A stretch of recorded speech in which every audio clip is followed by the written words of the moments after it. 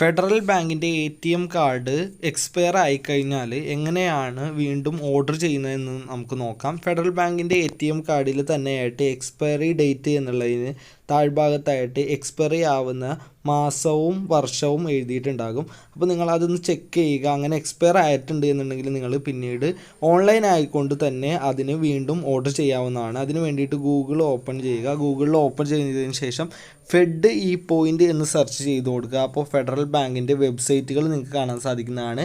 ഈ വെബ്സൈറ്റിലോട്ട് കയറി വരിക. വെബ്സൈറ്റിൽ എൻ്റർ ആയി കഴിഞ്ഞാൽ ധാരാളം ഓപ്ഷനുകൾ നിങ്ങൾക്ക് കാണാവുന്നതാണ്. ഇതിലായിട്ട് ഫെഡ് ഇ പോയിൻ്റ് എന്ന് പറയുന്ന ഒരു ഓപ്ഷൻ ഉണ്ടാകും. അവിടെ ആയിട്ട് ക്ലിക്ക് ചെയ്ത് കൊടുക്കുക. അപ്പോൾ നിങ്ങൾക്ക് ഫെഡറൽ ബാങ്കിൻ്റെ ബാക്കിയുള്ള സർവീസസുകൾ വരുന്ന ഒരു പേജിലോട്ട് വരുന്നതായിരിക്കും.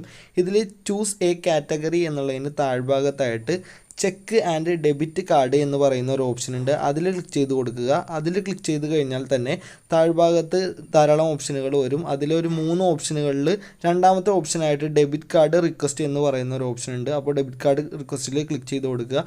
പിന്നെ ഡെബിറ്റ് കാർഡ് റിക്വസ്റ്റിന് വേണ്ടിയിട്ട് നമുക്ക് bank account number, mobile number, customer ID ഇതിൽ 3-ൽ ഏതെങ്കിലും ഒരെണ്ണം എൻ്റർ ചെയ്തിട്ടാണ് നമുക്ക് ഓർഡർ ചെയ്യാനായിട്ട് സാധിക്കുന്നത്. ഞാനിവിടെ ചൂസ് ചെയ്തിരിക്കുന്നത് അക്കൗണ്ട് നമ്പറാണ്. അക്കൗണ്ട് നമ്പർ സെലക്ട് ചെയ്ത് കഴിഞ്ഞാൽ 14 അക്ക അക്കൗണ്ട് നമ്പർ എൻ്റർ ചെയ്ത് കൊടുക്കണം. താഴ്ഭാഗത്തായിട്ട് സൈഡ് ഭാഗത്ത് കൊടുത്തിരിക്കുന്ന ആ ക്യാപ്ച കോഡ് കറക്റ്റായി എൻ്റർ ചെയ്ത് കൊടുക്കുക.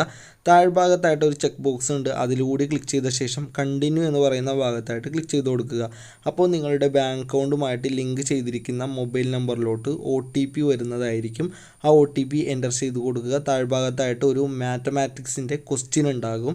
അല്ലാന്നുണ്ടെങ്കിൽ മറ്റെന്തെങ്കിലും ക്വസ്റ്റ്യൻ ഉണ്ടാകും. ആ ക്വസ്റ്റ്യനുള്ള ആൻസർ കറക്റ്റായി കൊടുത്ത ശേഷം സബ്മിറ്റ് എന്ന് പറയുന്ന ഭാഗത്തായിട്ട് ക്ലിക്ക് ചെയ്ത് കൊടുക്കുക. ഇങ്ങനെ ക്ലിക്ക് ചെയ്ത് കഴിഞ്ഞാൽ ഒന്ന് ലോഡ് ആകുന്നത് കാണാവുന്നതാണ്. അപ്പോൾ നിങ്ങളുടെ ഡെബിറ്റ് കാർഡിൻ്റെ ഡീറ്റെയിൽസുകൾ, നിലവിലത്തെ കാർഡിൻ്റെ ഡീറ്റെയിൽസുകൾ വരുന്നതായിരിക്കും. ചൂസ് എ സ്കീം എന്നുള്ളതിൽ നിന്ന് നിങ്ങളുടെ കാർഡിൻ്റെ സ്കീം ഏതാണ് എന്നുള്ളത് താഴ്ഭാഗത്ത് ഉണ്ടാകും. അത് തന്നെയാണെന്ന് കൺഫേം ചെയ്യാൻ വേണ്ടിയിട്ട് അത് തന്നെയാണ് എന്നുണ്ടെങ്കിൽ ജസ്റ്റ് അതിൽ ക്ലിക്ക് ചെയ്ത് കൊടുക്കുക.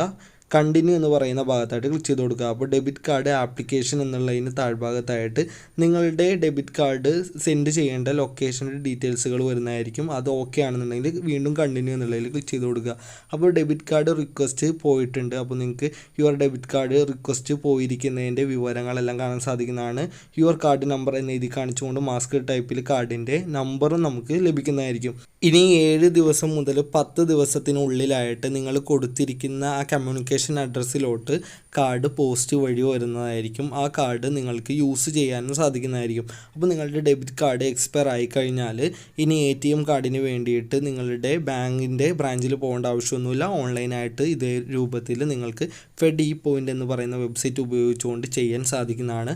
വീഡിയോ യൂസ്ഫുൾ ആയിട്ടുണ്ടെങ്കിൽ തീർച്ചയായിട്ടും ലൈക്ക് ചെയ്യുക, ചാനൽ ഒന്ന് സബ്സ്ക്രൈബ് ചെയ്യുക. Thank you for watching.